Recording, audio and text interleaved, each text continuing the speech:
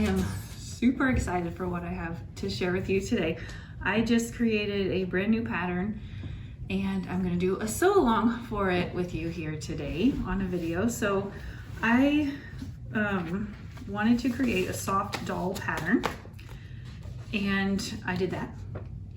My goal with this pattern was to create a doll that was only one pattern piece, except for the ears, that even kids can sew with some help. So that was my goal here, and I think it just turned out so cute. Every time one of my family members walk past it, they almost squeal because it's so cute. So today I'm going to do a sew along for just the doll part of this pattern, and then next week you can look for a sew along for the sleep sack and the diaper. So I'll post a separate video for those. First, obviously, you need to go to my shop, my Etsy shop, the Pin Cut Sew Studio Etsy store, which I will link below, and get the printable pattern. It's not expensive, and it includes the doll, the sleep sack, and the diaper pattern. So you get all those patterns in just that one thing. So it looks like this. It's 13 pages, I think. It will have the pattern pieces, and it will have all the instructions with photos for you to reference. So this video is gonna be pretty beginner friendly. I will show you how to do everything from embroidering to stuffing and all that good stuff. So what you're gonna need is some skin tone fabric. Obviously you can get fancy and make a pink doll or whatever. I'm gonna use this pinkish skin tone this time. You're gonna need some flannel for the lining. This is optional, but it makes the doll less lumpy. When you stuff just a single layer of cotton, when you stuff it really full, it can just be kind of lumpy. For a more cuddly doll, I line it with flannel. It will also help your embroidery tails not show through the back of your face. Then you're also going to need embroidery floss. This is my daughter's collection. And you're going to need some chunky yarn for the hair and a little ribbon to tie in a bow at the top.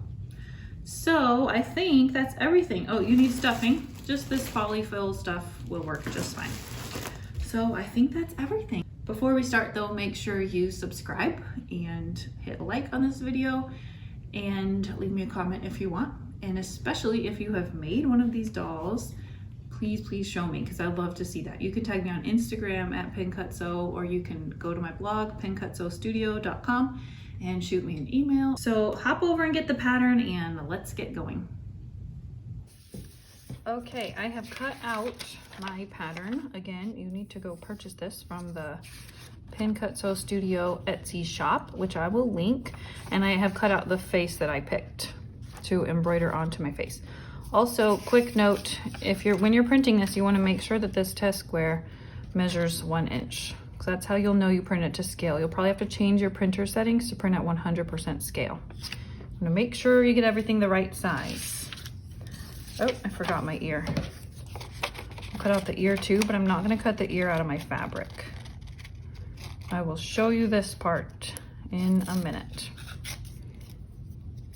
Okay, so here's my earpiece. Okay, I have ironed my skin tone fabric. I'm going to cut out my pattern piece. I'm gonna cut 2 of this. And then I'm also gonna cut 2 of this flannel to go on the inside. So I will place some pins.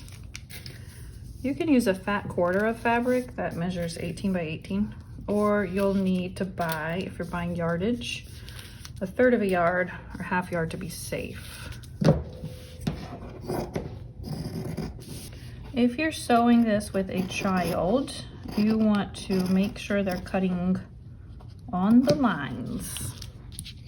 Anything a child sews, if it's one of their first projects, is not going to be perfect, so you don't need to make sure that it's perfect, but the cutting part is important. Okay, so here's my 2 front and back pieces. And now I'm going to do the same thing with my flannel.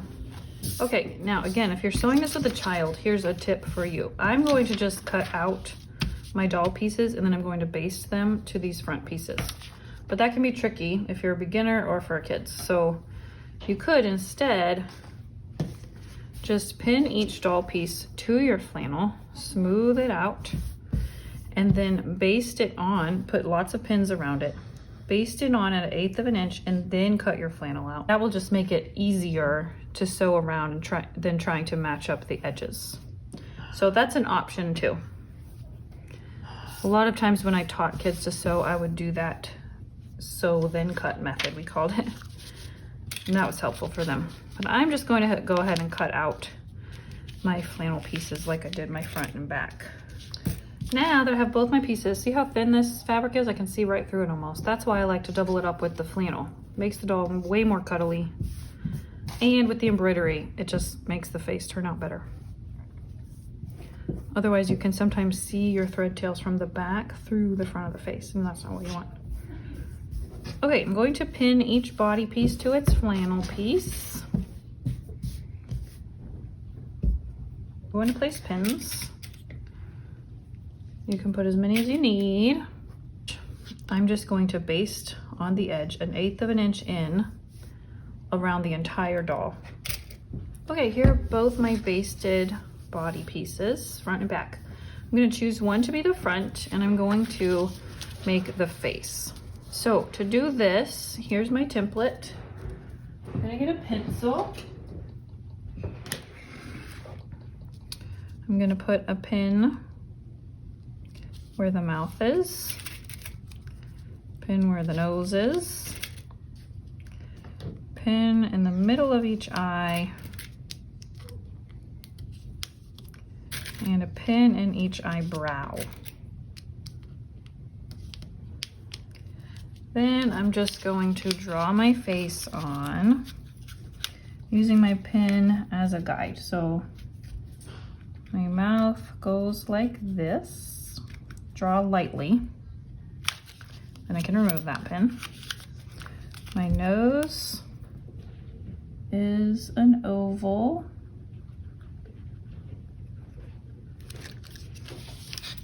Remove that one. My eyes are closed, so they're shaped like smiles. And then they have 3 lashes. My daughter Layla gets credit for designing the faces for these dolls. She's much better at them than me. Okay. And then I have tiny eyebrows. There we go. Looks good. Well, it looks weird now because she's bald, but it will look good when we're done. Okay, let me get my embroidery needle, which is somewhere. Okay, if you have never embroidered before, this will be a pretty basic tutorial. I am definitely not a pro at this, but I do all right. Okay, I'm gonna start with my eyes, which I prefer to make black. So I'm gonna cut off a length of black embroidery floss, about maybe 18 inches long. Then when you embroider, it comes in 6 strands, but you want to take that down to 3 strands. I think some people even use 2.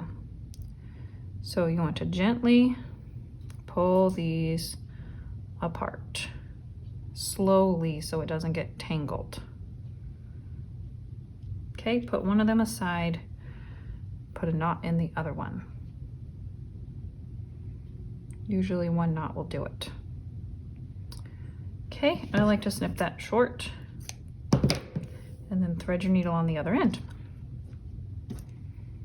Helps to squeeze it flat. My daughter Natalie is a pro at embroidery. She does some pretty cool stuff. Okay, then you're just gonna start the corner of one eye, pull it all the way through.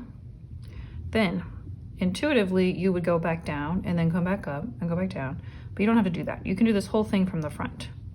Take a tiny stitch and then come back out where your next stitch will end.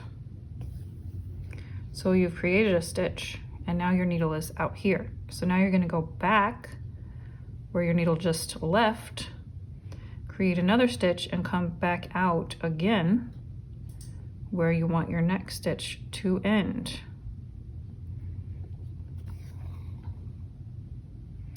See how that works? And then you go back again. I think I can get 2 more stitches on this eyelid. This is called a back stitch for obvious reasons. At least I'm pretty sure that's what it's called. Okay, so I'm at the end of my eye. You can see I don't want to leave this part blank, so I'm going to go in to finish this stitch, and I'm going to come back out where my first eyelash ends, which is over here. Then I'm going to go in where my first eyelash begins and come out again where my next eyelash ends, etc. Make sure you do not pull it too tight. You don't want wrinkles in your face because your embroidery floss is pulled too tight. Just gently pull, and if you do accidentally pull it too tight, just pull it back out like this. Okay, so there's my first eye. So my first eye is done. I'm gonna take a tiny stitch back here in the thread, pull it until I have 1 loop left, put my needle through that, and knot it. I'm gonna do that one more time so it's secure, and then I can snip it off. Not too close. Okay, then I'm gonna re-knot my floss and I'll do the other eye. Okay, there's my other eye. Let me just knot that off. Okay, here's my tip for embroidering with kids. Don't assume they can't do it. It's actually pretty easy. And when I was teaching kids sewing, they took to embroidery much better than I thought they would. My own girls have been embroidering since they were pretty little, so they can do it. And when I say kids, I tend to think that, I mean, in my experience, kids ages 8 and up are ready for sewing. Just, that doesn't mean you can't sew with littler kids, but they would need more help, and you would just need to do more of the steps. Okay, here's a scrap already separated into 3 strands for my eyebrows. You can choose colors that you like. For this doll, I used black for the eyebrows and the eyes. You could do a color for the eyes too. These eyebrows are pretty tiny. They just get 2 tiny stitches. So I'm going up here, back down right in the middle, and out at the other end. And then back down right in the middle.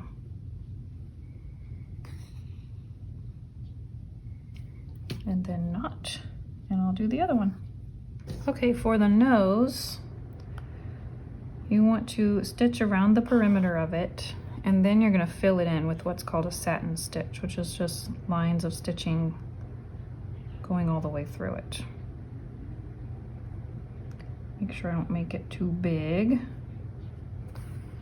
Try to stay on my pencil lines. Okay.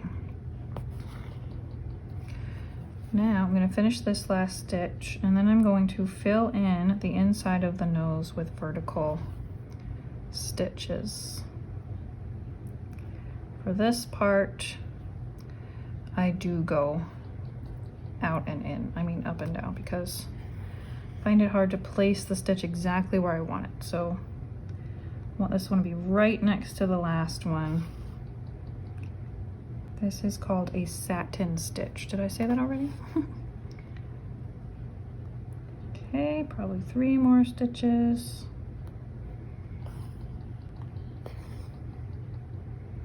Okay, and then I'm not going to knot it off. I'm just going to go straight down here to the mouth. And go back to my back stitch. Make sure you don't pull that too hard. It will create a pucker between your nose and your mouth. If you are not using the flannel lining, I would have made a knot and started again with the mouth. But since I have the lining, my little length of pink on the back is not going to show through. This length.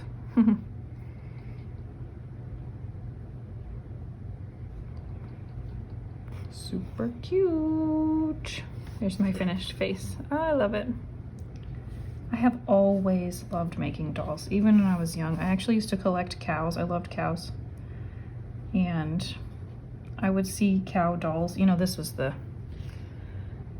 late 80s, early 90s. The country aesthetic was a thing back then. So you would see like stuffed cows, and I would draw them and I would copy them and I would make little cow dolls. It was so cute.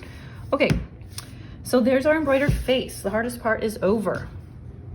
Now I'm going to put on some hair. I have this fun chunky yarn. For this one I used some orange, super cute. This one is black chenille yarn. And what you want to do is, let me cut off this bigger end. Wrap about 2-inch loops,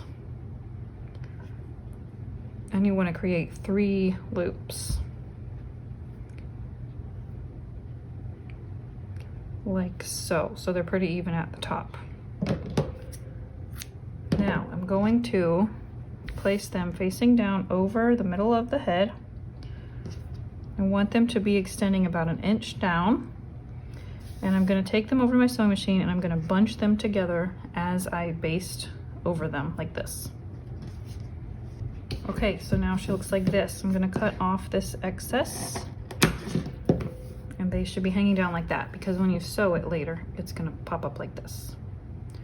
Okay, last part of the face is the ears. So you need a scrap of fabric doubled over. Where did my tiny ear pattern go? Here it is. With your pencil, you're going to trace this. 2 of them on here like this. Then using a stitch length of 2, so a slightly shorter stitch length, you're gonna go sew right on your pencil line. Leave this part open. When you sew tight curves, if you've never done it before, or if you're teaching a kid who has never done it before, make sure you just constantly, with your needle down in the fabric, slightly lift your presser foot, turn, put it back down, sew a stitch or 2, and then lift again and turn. If you just try to muscle it around like this without ever lifting your presser foot, it's gonna be a mess. Okay, here's how mine look. Now I'm going to cut them out. I'm gonna cut straight against the bottom. I assume it was implied that you really need to back stitch on both ends because you don't want the stitches coming out when you turn it. Then I'm gonna cut around 1/8 of an inch from my stitches.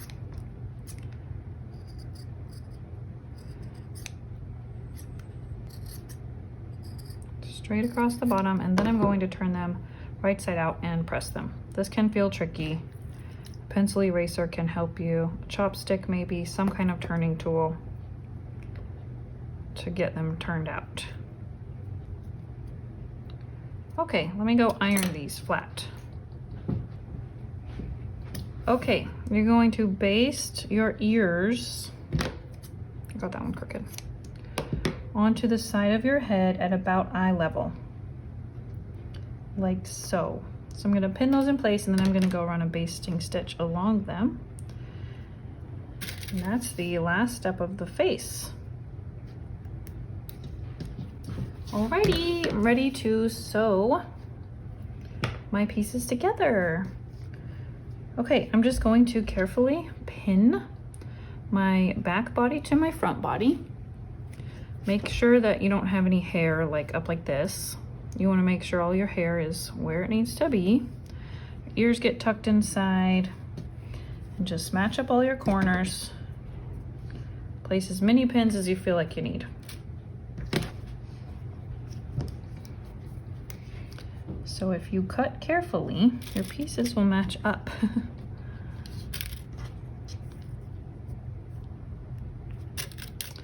And I'm going to go sew this in a 1/4 inch seam using a stitch length of 2. But I'm also going to leave an opening along one side, 2.5 to 3 inches on this side. So you want to start about here, stop at about here. I'm going to start sewing right about here. So let's see, that is 2.5 inches. I'm going to leave this open. I'm also going to demonstrate to you how to sew around these small curves. Okay, here we are at my sewing machine. My light bulb is out. I bought a new one. I just haven't put it in yet. Okay, I'm going to start at my first pin. I have a smaller stitch length than usual because of these small curves and because we're going to stuff it pretty full. So with a 1/4 inch seam, I'm going to start sewing. Make sure I backstitch.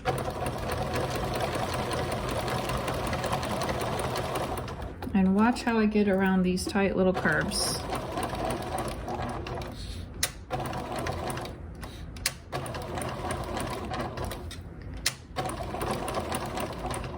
Barely lift my presser foot so I can turn my piece.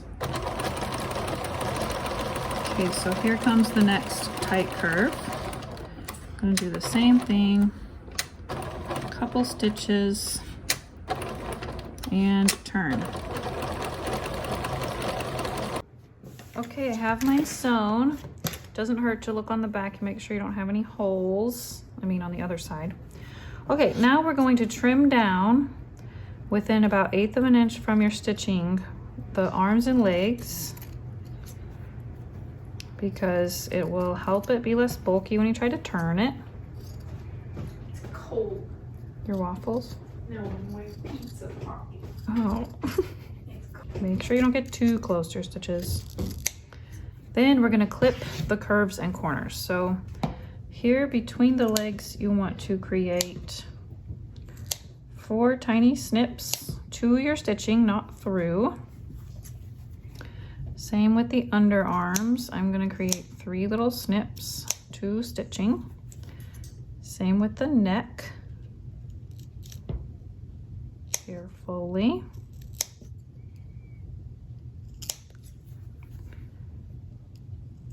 Then around the curviest parts, you want to snip the curves.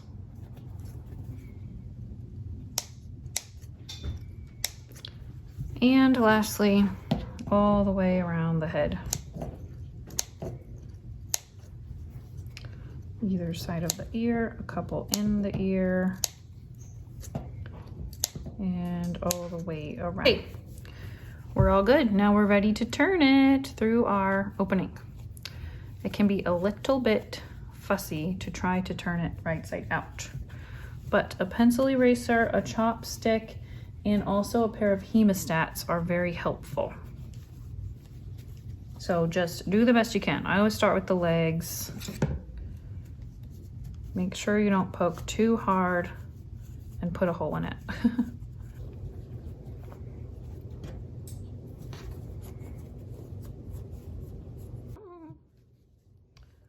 Okay, so your snips should make it so that there's no puckers in your tight corners. If there are puckers, if it's pulling a lot, you need to make your snips better. Okay, time to stuff. Okay, this is the part where a pair of hemostats comes in very handy. If you don't have some, before you get some, because you should get some, you can try tweezers or you can try a pencil eraser or whatever.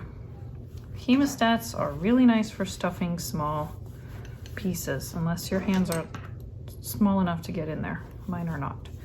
So use small pieces of stuffing, no big chunks, all the way to the bottom. We're gonna stuff this very full. When you think you've stuffed it full enough, stuff some more. So very full, the first leg, until it cannot hold anymore. And then I'll move on to the arms, head, body, and second leg. Okay, stuff the head till you feel like you can't stuff it anymore, and then stuff it some more.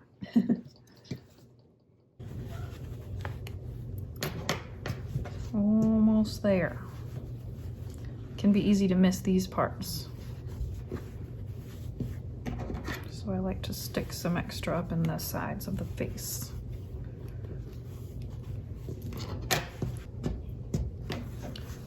And then stuff the body. If you think you're getting lumps, that means you need more stuffing. feel like I'm overemphasizing the more stuffing. But that's what makes it nicely shaped and non-lumpy.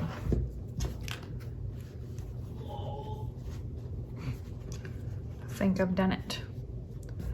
Okay, now I'm just gonna turn the ends, the raw edge in here, as if I had sewn it, so 1/4 inch under. I'm going to place a pin.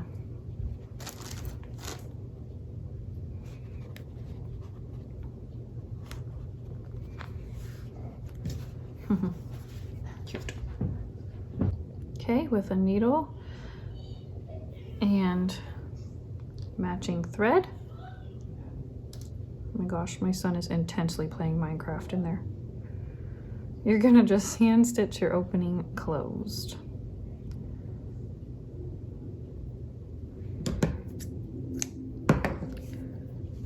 Okay, I like to go in this direction so that I can shove my tail in there.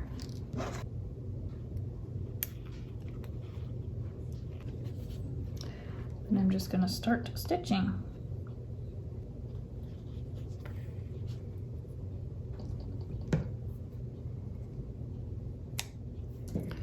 All right, the finishing touch is a little bow in her hair.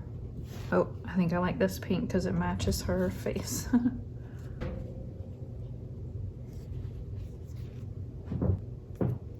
Then I'll put a little fray check on the bow, just so it doesn't fray. And she's all done. So cute. You can come back for the next video I'm gonna post next week on how to make the sleep sack. Here's another version of it. So cute. And how to make the diaper, which is very easy. This pattern comes with all three, the doll pattern, the diaper, and the sleep sack, so you can make plenty of clothes with just this. And then in the future, in the near future, I will be making not only animal variations of the doll, but also more clothes patterns. So hopefully you will get a lot of use out of this easy one-piece soft doll pattern, the more clothes patterns that I produce for it. So if you have requests on animals or clothes or unrelated tutorials that you would like to see, be sure and send me those or post them in the comments, and I will do my best to oblige. And hop over to the Pin Cut Sew Studio Etsy shop to get not only this pattern, but the others that I have over there for a few dollars each. And be sure and check out my blog, pincutsewstudio.com, for tons of free sewing content and tutorials, inspiration. Also find me on Instagram at pincutsew, and don't forget to subscribe. See you soon.